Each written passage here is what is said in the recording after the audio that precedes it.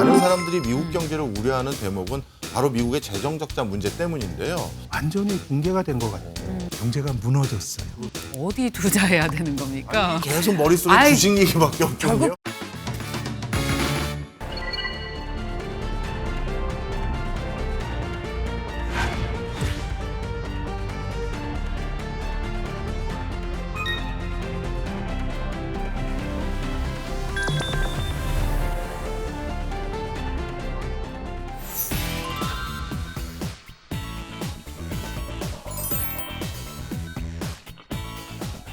어서 오세요, 센터장님. 네, 안녕하십니까? 예, 안녕하세요. 사실 최근 미국 경제에 대해서 이렇게 우리가 우려를 할 상황이 올 줄은 정말 몰랐습니다. 맞아요. 많은 사람들이 미국 경제를 우려하는 대목은 바로 미국의 재정 적자 문제 때문인데요. 도대체 재정 적자가 얼마나 크길래 전 세계가 오히려 미국을 걱정할 지경까지 됐는지, 예. 그리고 재정 적자는 뭔지 그것 좀 설명 좀 해주세요. 예, 그 재정적자라고 하는 거는 나라의 살림살이라고 생각하시면 됩니다. 네. 월급보다 더 지출이 많으면 빚이 늘어나고 적자가 쌓이잖아요. 정부의 수입이라는 건 세입인데 세금으로 걷는 것보다 지출을 지금 너무 많이 하고 있습니다. 그래서 이제 재정적자가 늘어나고 있고, 이 재정적자가 쌓이면 이제 정부의 부채가 되는데, 내년 정도가 되면 이제 미국 정부의 부채가 미국의 경제 규모인 GDP 정도가 되는, 이제 GDP 한 100% 정도까지 부채가 늘어나니까 미국 경제가 다 괜찮아 보이지만 그래도 장기적으로 이게 과연 지속 가능한가? 이렇게 좀 걱정을 가지고 볼 수 있는 포인트는 좀 재정 쪽은 좀 그런 걱정이 되기도 합니다. 부채가 늘어나는 원인에 따라서 우리가 이걸 우려해야 되는 건지 아니면 그래도 걱정을 덜 해도 되는 건지 이런 판단을 할 수 있을 것 같은데요. 미국이 최근 들어서 이렇게 부채가 급격하게 늘어나는 원인이 뭡니까? 저는 코로나가 미국을 바꿨다고 보는데, 정부가 돈 쓰는 거를 가로막는 그런 그 억제 장치가 완전히 붕괴가 된 것 같아요. 그래서 이제 바이든 행정부가 하고 싶은 거 다 하죠. 예. 친환경 투자라든가 아니면 지금 글로벌 밸류체인을 재편하면서 다른 나라 공장 끌어들이면서 보조금 주는 것도 하고요. 또 사회보장 지출 이런 게 많아지고, 최근에 또 주목해서 봐야 될 거는 국방비 지출이 많이 늘어나고 있습니다. 네. 지금 미국이 사실상 두 개의 전쟁에 간접적으로 개입하고 있잖아요. 예. 우크라이나 전쟁, 이스라엘 하마스 전쟁에 개입을 하고 있어서 역사적으로 보면 미국이 저래도 괜찮을까라고 하는 걱정을 받으면서 금융시장이 흔들리고 있을 때가 있었는데, 그때의 공통점은 이제 미국이 국방비 지출이 늘어나면서 이게 굉장히 경직적인 지출이거든요. 줄일 수가 없어요. 네. 그럴 때 이제 미국 재정에 대한 걱정이 좀 늘어났는데, 국방비 지출이 많이 늘어나고 있다라고 하는 점은 과거와 비교해 봤을 때도 조금 걱정스럽게 볼 수 있는 포인트라고 저는 봅니다. 그런데 미국이라는 나라는 우리나라를 비롯해서 많은 국가들이 미국에 수출해서 먹고 사는 국가가 많은 상황에서 미국에서 국채를 발행하면 결국 우리가 사주고 하니까 별 문제 없는 거 아닌가요? 미국 국채라고 하는 거는 미국 정부의 돈을 빌려주는 거거든요. 예. 근데 저렇게 빚이 많아? 이 사람이 이자라도 갚을 수 있겠어라고 하면 결국은 빌려줄 때 더 높은 이자를 받으면서 이자율이 높아지면서 금융시장에 뭐 교란이 될 수 있는 것 같고, 지금까지는 많은 나라가 미국의 국채를 사줬습니다. 네. 그러니까 예컨대 우리나라도 수출 잘하는 나라 아닙니까? 그래서 경상수지 흑자가 나오면 이거 이제 우리가 외환 보유액이라고 하는데, 이 외환 보유액이 한국은행 금고 속에 있는 게 아니고요. 그 달러가 있으면 이자가 안 붙잖아요. 그게 다시 미국의 채권 시장에 투자가 됩니다. 지금까지의 구조는 미국이 다른 나라 물건 사주고 달러가 다른 나라로 가고, 그 달러를 가진 나라들이 다시 미국의 채권 시장에 투자를 하면서 국채 주된 그 매수자 역할을 했는데, 예. 최근에 약간 변화가 나타나는데요. 지금 이제 세상이 좀 분열되면서 중국이나 러시아 같은 나라들은 이제 미국의 국채를 사는 힘이 되게 약해졌고요. 예. 오히려 막 금을 사고 그러죠. 아. 그래서 지금은 미국 정부가 발행하는 국채를 미국의 헤지 펀드들이 많이 삽니다.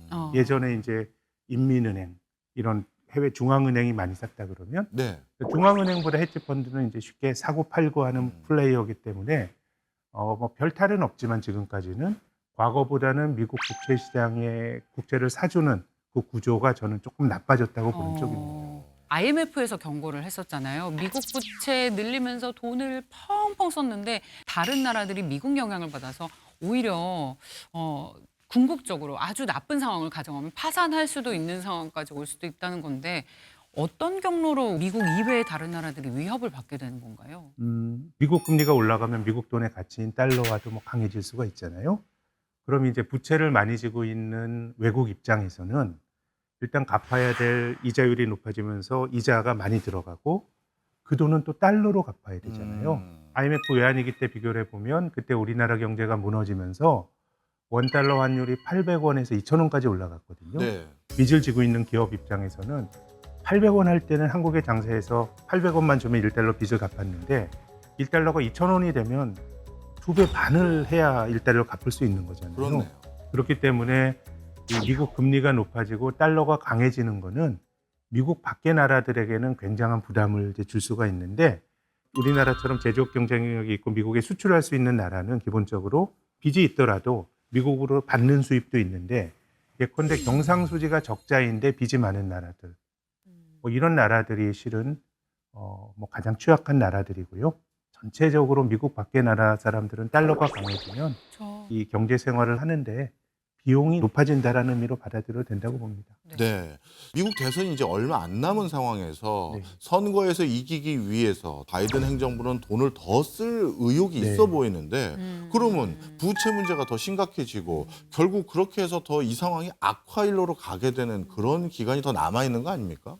저는 그렇게 봅니다. 오. 누가 돼도. 뭐 바이든 대통령은 지금처럼 이렇게 펑펑 쓰는 거를 바꾸기는 힘들고요. 예. 미국의 민주당은 하고 싶은 게 너무 많습니다. 계속 재정 적자를 늘릴 것 같고. 근데 저는 조금 더 걱정이 되는 게 트럼프가 당선이 됐을 때가 도리어 좀 걱정이 되는데요. 예.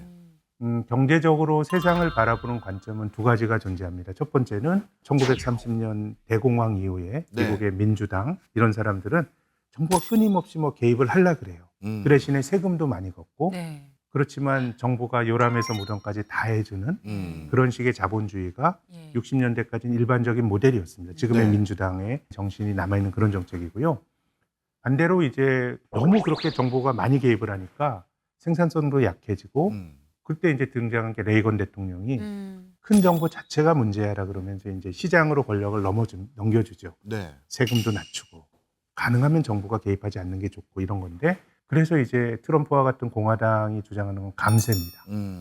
제가 좀 걱정스럽게 보는 건 뭐냐면 감세하면 재정 적자가 나빠집니다. 그렇겠죠. 그냥 감세라면 재정 지출을 줄여야 된다고 주장하는데 정치인들 입장에서는 재정 지출을 줄일 수가 없어요. 썼던 돈을 어떻게 줄입니까? 맞아요. 저는 뭐 사실 감세가 저는 더 재정 쪽엔 조금 더 치명적인 얘기를 줄 수 있다고 봅니다. 그러면 트럼프가 되면 더 좀 걱정이 된다. 재정에 관해서 보면 그렇습니다. 그렇군요. 그렇게 이해하면 되겠군요. 그런데 아이러니하게도 아직까지는 역사상 뭐 가장 좋을 때 아닙니까? 네. 뭐 사상 최고치를 잇따라 예. 경신하면서요. 한국 투자자들에서 이런 얘기 많이 들죠. 국장은 안 돼. 맞아요. 미국으로 가야지라고 하는 생각이 드는데 예.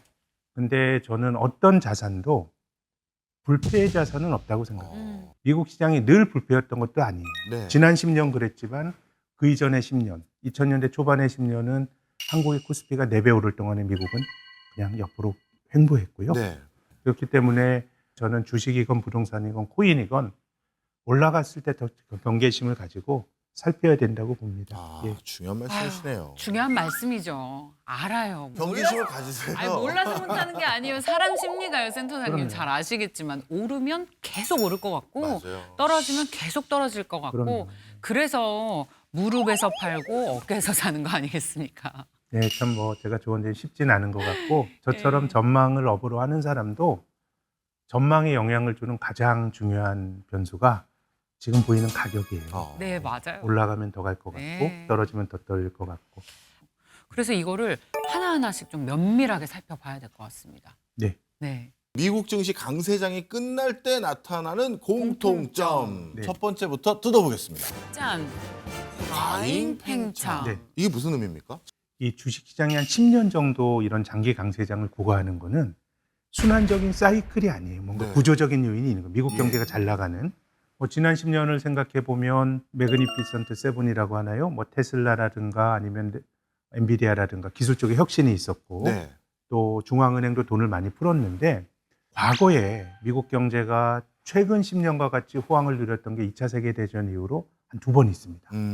1950년대, 60년대를 자본주의 황금기라고 불리는데요. 예. 소련과 동서냉전이 있었지만 미국이 자본주의 블록에서는 압도적인 1위 국가였죠. 네.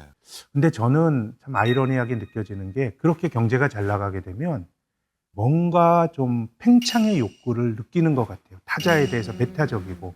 그래서 60년대 장기 팽창이 끝날 때 나타났던 일은 베트남전에 미국이 개입을 하게 됩니다. 뭐 여러 가지 논란이 있지만요. 그래서 너무너무 잘 나갈 때 역사적으로 보면 팽창을 하는데요. 2차 세계대전 이후로 두 번째 장기 팽창은 1990년대입니다. 네. 이때는 미국이 IT 혁명을 주도하면서 아마존이라든가 마이크로소프트라든가 기술의 주도권을 쥐고 있었고 정치적으로도 미국이 뭐 글로벌 넘버 원이었죠. 그때 나타났던 모습이 꺾인 다음에 나타났던 모습이 9.11 테러라고 하는 공격을 받았지만 그 이후의 리액션이 너무 강했죠. 네. 이라크를 침공했습니다. 그때 아델 부시 대통령이 이라크에 대량 살상 무기가 있다고 들어갔어요. 근데 없었잖아요. 예. 지금도 어쨌든 미국이 외부와의 전쟁에 개입을 하고 있고요. 그러니까 저는 뭐 나라나 개인이나 잘 나가게 되면 과잉 팽창을 하게 되고 그것이 타자에 대해서 굉장히 배타적으로 나오게 되는데 너무너무 잘 나가다 보니까 집단적인 자의식이 그렇게 가는 거라고 보는데 그렇게 보면 저는 지금의 포지션이 미국의 포지션이 60년대 후반에 장기호황이 끝날 때 또 90년대 장기호황이 끝날 때와 유사하다고 봅니다. 그것이 과잉 팽창이라고 생각합니다. 아니 지금 얘기만 들어보면 이건 미국 증시 매도 사인 좀 아니에요? 빼야 되는데. 아니, 그건 지금 우리가 알 놀랐어요. 수가 없어요. 예. 이것이 버블이라고 하더라도 예. 언제 버블이 터질지는 우리가 알 수는 없는 거고 다만 많이 오른 자산일수록 걱정이 없어 보일 때가 제일 투자하는데 가장 위험할 때니까 조금 이런 포인트를 살펴보자라는 조언을 드리고 싶습니다. 네, 알겠습니다. 알겠습니다. 그러면 다음엔 또 어떤 포인트를 살펴봐야 되는지 자, 강세장 끝물일 때 나타나는 공통점 다음입니다. 재정수지 적자. 네, 재정수지 적자. 어쨌든 적자라고 하는 거는 이 생계형 적자가 있고요. 재정위기를 겪었던 그리스나 이런 건 생계형 적자이고요. 예. 미국은 생계형 적자가 아니죠. 네. 과잉 팽창이 경제적으로 나타나는 모습이 재정수지 적자라고 봐요. 전쟁을 치르면서 경직적으로 예산을 줄이지 못하고 이런 모습들이 나타나는 거고 전쟁 이외의 결과를 보면 60년대 후반의 재정 적자는 베트남전도 있었는데 그때까지는 이제 크게 보면 대공황 이후로 민주당의 정신이 살아있을 때였어요. 존슨 대통령이 그레이트 소사이어티, 위대한 사회를 만든다라고 하는 거대한 복지국가 플랜이 있었습니다. 예. 정부가 돈을 막 쓰고 여기 베트남 전쟁까지 들어가면서 재정이 나빠졌고요. 2000년대 초는 부시의 감세가 있었어요. 또 전쟁과 맞물립니다. 이것이 정파의 문제라기보다는 근데 역사적으로 보더라도요. 그리스나 로마라든가 제국이 쇠할 때 나타나는 모습은 과잉 팽창과 재정 적자라는 공통점이 있는 것 같습니다. 그렇군요. 아무래도 그렇겠죠. 1번과 2번은 일단 괴를 함께 하기 때문에 네. 예, 이해가 충분히 됐습니다. 네. 그럼 마지막은 뭘까요? 주식시장이 고평가. 지금 고평가 아니에요. 제가 받고 있는 거예요. 오를만 하니까 오른 거죠. 아니 근데 저는 이런 고평가가 생각도 아닙니다. 드는데요. 예. 고평가인지 아닌지를 지구상에 그걸 누가 알 수 있을까요? 알 수 없죠. 지나가 봐야 예. 알 수 있죠. 이것도 이제 시장에서 나타나는 저는 자의식 과잉이라고 보는데 네.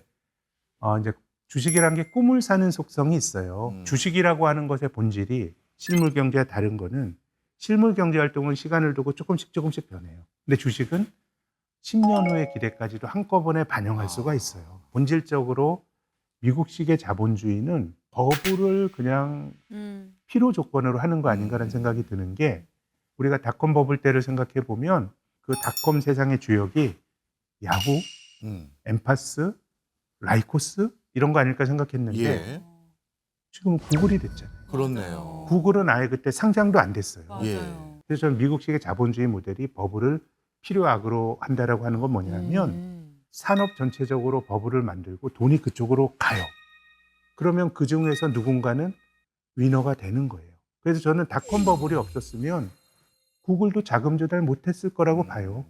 그때 상장도 안 됐지. 예. 그래서 미국식의 역동적인 자본주의는 버블 크게 만들고 그 사회로 돈이 가는 거고 또 역사적으로 보면 이 기술 버블이라는 게 투자한 사람들에겐 되게 냉혹해요. 예. 내 재산이 제로가 될 수도 있지만 사회에 기여하는 바는 있어요. 우리가 닷컴 버블 때 코스닥에 투자한 사람들 재산상의 손실 많이 봤지만 인터넷 전용선은 남았어요. 그렇죠. IT 코리아가 되는 거예요. 맞습니다. 그런 속성을 생각해 보면 저는 이거 미국이 언제 꺾인다 알 수 없죠. 네. 그리고 좋은 기업이지만 그 기대가 많이 투영이 되어 있을 수도 있기 때문에 고평가가 되어 있을 개연성 뭐 그런 것들에 대해서 좀 말씀을 드리고 싶습니다. 네. 지금이 미국 증시가 강세장인지 아닌지 그건 누구도 알 수 없다. 그리고 버블인지 아닌지도 알 수 없다. 하지만 중요한 것은 미국의 자본주의 시스템이라는 것이 이런 강세장, 이런 버블에 준하는 이런 상태가 이어지면서 새로운 산업으로 자금이 몰려갔기 때문에 그 다음 무대, 그 다음 스테이지가 열렸다. 이렇게 정리할 수 있겠네요.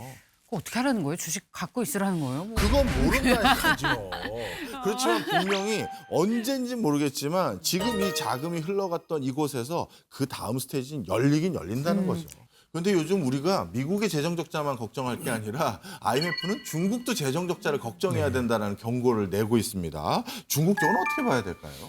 중국은 미국보다는 이제 뭐 그동안은 재정 균형으로 왔기 때문에 정부가 돈을 쓸 여력은 좀 있는데 예. 근데 중국도 그동안 성장이 뭐 부동산을 통한 성장이었습니다. 수출과 부동산을 위한 통장이었는데 이제 뭐 더 이상 부동산에 돈을 넣으면 안 될 거란 생각은 갖고 있으니까 올해 3월 달 전인대에서 중국이 올해 성장률 5% 할 거라라 그랬거든요. 예. 근데 시장에서 기대하고 있었던 기대치는 한 4.5% 정도였습니다.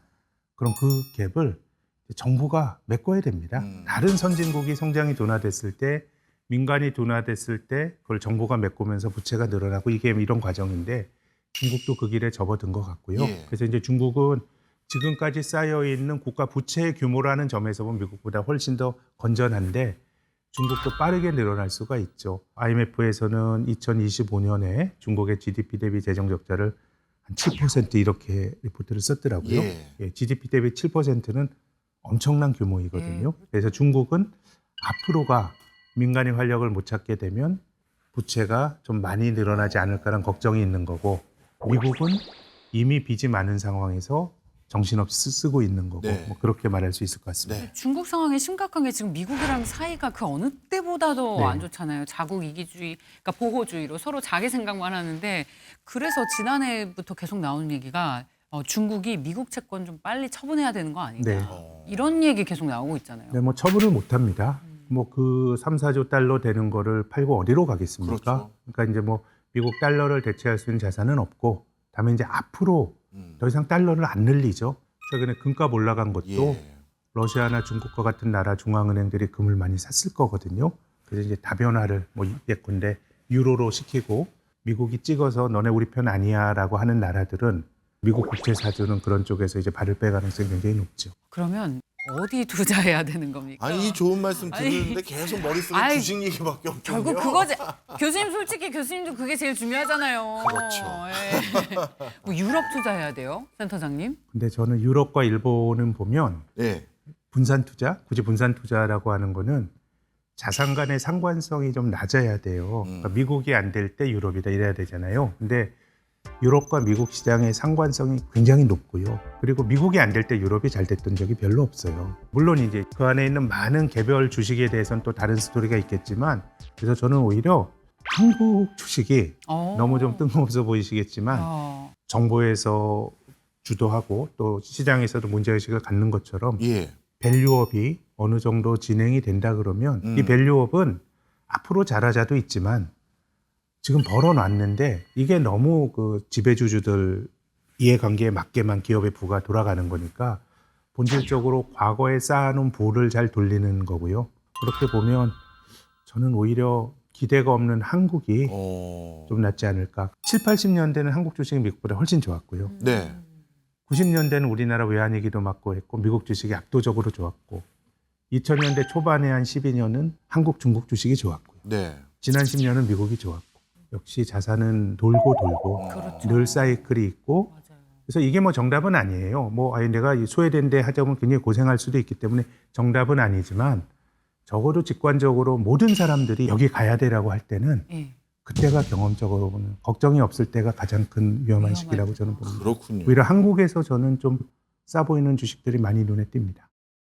미국의 금리 기조도 낮아질 게 뻔하고요. 네. 미국이 돈 푸는 행위를 좀처럼 줄이기는 쉽지 않을 것이다. 우리가 이렇게 돈이 많이 풀리고 금리가 낮아지면 통상적으로 전도 유망한 미래에 투자하고 있는 기술주라고 해야 될까요? 네. 이런 주식들은 더 상승했던 게 과거의 전례들이지 네. 않습니까? 네. 그럼 지금 엔비디아나 AI와 관련된 이런 업종에 투자하는 사람들은 조금 더 들고 있어 볼만할까요? 저는 미국이 금리를 낮출 것 같은데 예. 많이 못 낮출 것 같습니다. 지금처럼 정부가 재정을 쓰면서 경기가 안 꺾이면 인플레이션이 충분히 낮아지기는 힘들거든요. 네. 근데 그럼에도 불구하고 미국이 금리를 낮춰야 된다고 보는데 인플레이션과의 전쟁에서 승리해서 금리를 낮추는 게 아니고 중앙은행은 일반적으로 인플레이션을 잡기 위해서 금리를 올립니다. 예. 물가 안정과 맞바꾸는 건데 근데 역사적으로 보면 금리를 올리다 보면 경제가 연착륙하는 게 아니고 경제가 무너졌어요. 그렇죠. 예. 그래서 역사적으로 보면 중앙은행이 인플레이션을 잡은 거는 통화 정책으로 잡았다기보다 금리를 올리다 경제에 탈이 나서 경기가 나빠지면서 뭐 2008년 금융위기도 크게 보면 그렇거든요. 그래서 지금 미국도 괜찮게 돌아가고 있지만 고금리로 고생하는 섹터가 제 생각에는 은행 금융 시스템인 것 같아요. 뭐 상업용 부동산도 있지만 이 은행이라고 하는 게 단기로 빌려와서 장기로 빌려주면서 먹고 사는 건데 지금 미국이 기준금리를 너무 빨리 올리다 보니까 단기금리가 장기금리보다 좀 높아지는 하여튼 은행이 굉장히 어려운 상황이라서 은행 시스템에 가해지고 있는 압력을 빼기 위해서도 저는 네.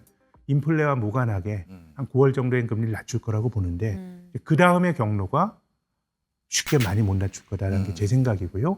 재정이라든가 이런 거에 따라서는 인플레와 무관한 이슈로 예. 사람들이 미국 재정이 지속 가능하지 않을 거라고 생각하면 이자율이 올라갈 수도 있기 때문에 연준은 금리를 낮추지만 재정에 대한 우려로 시장 금리가 올라가면서 뭐 나스닥의 기술주들이 뭐 부러진다라든가 생각할 수 있는 조정의 경로는 전 그렇게 보고 있습니다. 네. 야, 오늘 정말 굉장히 유익한 시간이었죠. 그럼요. 예. 저도 사실 도너리 BF의 많은 각 분야의 전문가분들을 모셨습니다만 우리가 버드 뷰라고 하죠. 맨 위에서 전체를 조망하는 어떤 밑그림을 오늘 센터장님이 그려주신 것 같아서 너무 좋습니다. 맞습니다. 역사적인 인사이트까지 함께 주신 시간이었습니다.